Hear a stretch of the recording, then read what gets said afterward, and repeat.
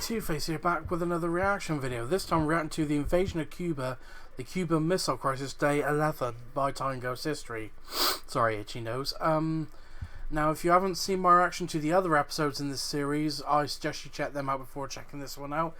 And again, usual disclaimer when I react to any historical content, if I don't give so much of what is considered a proper reaction, is probably obvious because I don't know much about the subject on hand, and I am trying to take on new information, and if I do know anything or have any useful input, I might most likely pause the video and, you know, blurt out what I know, or I might ask some curious questions which hopefully will be answered in the comments section below.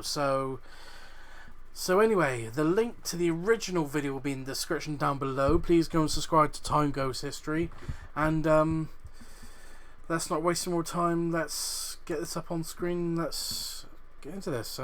Day 11. Robert Kennedy will one day write that on the 11th day of the Cuban Missile Crisis, he felt that this cup was not going to pass, and that a direct military confrontation between the two great military powers was inevitable. Both hawks and doves sensed that our combination of limited force and diplomatic efforts had been unsuccessful. If the Russians continued to be adamant and continued to build up their missile strength, military force would be the only alternative.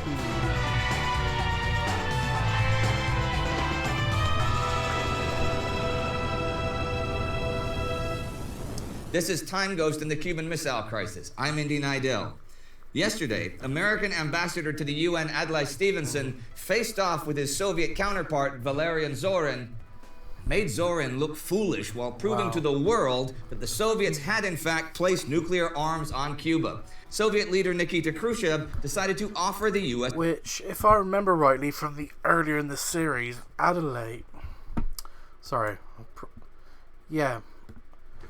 Stevenson, that he was pessimistic about this whole thing about blockading Cuba or a possible invasion, but he seemed to stand his ground quite well against the words of Zorin and showing off the evidence that the Soviets, they didn't either confirm or deny Zorin didn't even confirm or deny this knowledge about, the Russians having missile bases in Cuba. And him standing his ground was quite impressive, but I probably said that in quite a dumb way, but it's still... But the Soviets had in fact placed nuclear arms on Cuba. Soviet leader Nikita Khrushchev decided to offer the US a trade, guaranteed sovereignty over Cuba for removing his missiles. The so-called quarantine, an American naval blockade of Cuba, was in effect. But there were no suspicious ships to stop, as they had all turned back to Russia. This robbed the US of the chance to show the world how the blockade would be enforced. Finally, the Navy decided to board a seemingly random non-Russian ship to perform a demonstration. On the morning of October 26, 1962, which was Lebanese, this ship, the Lebanese freighter Markula, manned by a Greek crew, which took on cargo in Riga on its way to Havana, is moored to a U.S. Navy destroyer in the waters east of Cuba. American President John F. Kennedy is following the board and search operations via radio link from the White House. As expected, the ship has no contraband on board and is allowed to proceed. At the same time, Kennedy has just received the morning newspapers, and they are full of rumors of an imminent American invasion of Cuba. Considering that the U.S. Army, Navy, and Air Force have now amassed the greatest amount of men and equipment seen since the Korean War, both on and off the U.S. East Coast, this is a fairly reasonable assumption. The letter from Khrushchev, a long one, offering the trade-off, has not yet arrived. Khrushchev actually has other problems on this crisp Moscow morning. His ally in Cuba, Fidel Castro, is getting very nervous. Yesterday evening, Which he held a is passionate public understandable. speech in Havana, promising to shoot down any Yankee spy planes that fly over the island.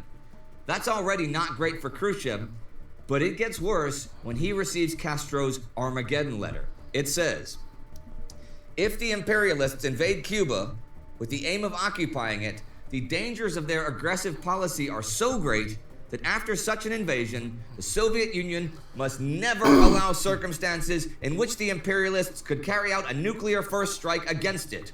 I tell you this because I believe that the imperialists' aggressiveness makes them extremely dangerous. However harsh and terrible the solution, there would be no other. In other words, in case of an invasion of Cuba, Castro wants the USSR to strike the US with nuclear force before the US themselves resort to nuclear weapons. Khrushchev could just simply not grant Castro's wish if it was not for those tactical frog missiles on Cuba, which if he wants to, Castro can seize and use himself.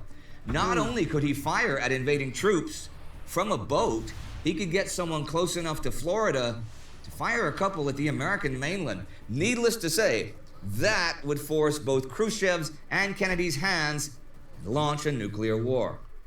While Khrushchev deals with Castro, an American invasion of Cuba is not fake news. President Kennedy is once again considering it. Remember, he still hasn't received Khrushchev's proposal. The topic of the day is what to do next, since the blockade itself will not eliminate the nukes. Now, at the beginning of this XCOM meeting, there are two remarkable things that are covered. This happens before the president starts recording, and in portions of the recording that have been excised and are still classified. But it's easy to piece together what's going on by looking at the references to these parts during the rest of the discussion and through other declassified documents. First of all, it's now known and confirmed that the US knows about the tactical frog missiles. They were photographed and identified on the 25th in one of the low-altitude flybys. This does not stop discussion of an invasion. Instead, US forces with tactical nukes of their own are being made ready to take part in such an invasion. Second, Director McCone of the CIA now distances himself from a CIA operation to send small groups of Cuban exiles as sabotage crews to Cuba to take out the missiles and assassinate Castro. Remember back on day one when I mentioned that Attorney General Robert... I know this might be slightly off topic, but was this like the first mentions of possible rumors that the CIA was attempting to assassinate Castro many times, but obviously didn't succeed? Robert Kennedy had been made the unofficial chairman. Someone can answer that in the comments. Of Operation Mongoose, the secret sabotage operation to disrupt Cuba, possibly eliminate Castro. Well, it turns out that ever since that first day of the crisis, McCone and Bobby Kennedy have been adapting these plans as an alternative to invasion to end the crisis. Now McCone does not want to proceed for fear of failing and getting the blame for another CIA-led debacle like the Bay of Pigs invasion. So, on the advice of National Security Advisor McGeorge Bundy, it becomes part of the post-invasion plan instead. Mr. President, my suggestion is that we should reconstitute Mongoose as a subcommittee of this committee in the appropriate way, and I think we can work that out this I think that's good, because it's matter you called me about last night, you see, it's just what's under the government. That was all part of the Mongoose. Yes, I called Mr. McCone last night, and I told Mr. Martin that I thought we ought to be making a crash program on the problem becomes in one of invasion, what kind of people, how many humans we'll have, what will be the civil government arrangement. He's very important, man. Well, now, who will take on that? McCone informs them that the meeting to set that up is already underway. So this is how serious they are about an invasion. They're already planning how to take political and administrative control of Cuba afterwards. Another piece of important intelligence they receive is that the work to make the Soviet missiles launch ready is continuing. Many years later, it will come to light that already at this point, a mobile unit of 2 SS-4 missiles is deployable and set up only a few kilometers away from Guantanamo, the US military base on Cuba. The XCOM members have concluded that even if the blockade is stopping new arms from coming in, it's not doing anything to get rid of the ones already there. With more and more missiles being readied, there's now a sense of urgency. So, I don't know if Indy will get to it. Was this the point that would Robert Kennedy actually want to? Would he try to, make the president agree to airstrikes to try and take out these missile sites? I don't know if Indy will give the answer to it, but I just thought I'd ask. In the next meeting, they look at their options to solve. Because I think Robert, if I remember rightly, Robert Kennedy was always trying to advocate for, airstrikes against the Soviet missile sites on Cuba. Because he always thinks of that as a solution. Solve that problem. After the UN session and meetings with UN General Secretary U Thant yesterday in New York, Adlai Stevenson and Presidential Advisor John J. McCloy have traveled to Washington and are also part of that XCOM meeting. Both of them are in favor of negotiating with the Soviets through U Thant, possibly even lifting the blockade before those negotiations starts. McCone is not impressed. I want to conclude by making it very clear that the intention here was a standstill, not positive acts. And the standstill was to include the discontinuance of construction, discontinuance of shipping, discontinuance of the quarantine for 48, we'd have to agree how to do that in 48 hours. After that, we'd negotiate a final settlement which would relate to the withdrawal of the weapons or the inoperability of weapons already inoperable. I would think inoperable becomes meaningless because during the long-term negotiations we're concerned with the withdrawal of the weapons. From the hemisphere, get them out. I don't agree with that, Mr. President. I feel very strongly about it, and I think that the real crux of this matter is the fact that he's got these pointed, for all you know, right now at our hearts, and this is going to produce, I think it may produce a situation when we get to Berlin after the election that changes the entire balance of world power, puts us under a very great handicap to carry out our obligations to not only to our Western European allies, but to the hemisphere. And I think that we've got the momentum now. We've got the feeling that these things are serious and that that threat must be removed before we can drop the quarantine. If we drop that quarantine once, we're never going to be able to put it in effect again. And I feel that we must say that the quarantine goes on until we are satisfied that these are inoperable. Well, now the quarantine itself won't remove the weapons. We're going to get two ways of removing the weapons. One is to negotiate them out, or in other words, trade them out, or the other is to go in and take them out. I don't see any other way you're going to get the weapons out. While these deliberations go on, others are suffering the consequences of the decisions made by the leaders on both sides of the Iron Curtain. The U.S. Navy is now hard on the heels of the 4 Soviet submarines. They chase them from one location to the next, hitting them with signaling depth charges to try to get them to surface. The chase is so intense that the subs cannot even surface for fresh air or to reload their batteries. The conditions on board are becoming absolutely horrifying. One of the seamen writes in his diary dedicated to his wife. We're in the enemy's lair, and we can't reveal our presence to them. But they sense our nearness and are searching for us. They detected us yesterday, but we managed to escape. Something exploded somewhere, but at a distance from us, so we don't know how serious it was. But here, inside the sub, the situation is very serious. The men are feeling notably worse. A lot of them are ill. People are fainting, many have swollen feet. No one can sleep in this monstrous heat and stuffy air. Even though everyone is very tired and weak. Everyone's skin is covered with rash. Some look like Indians.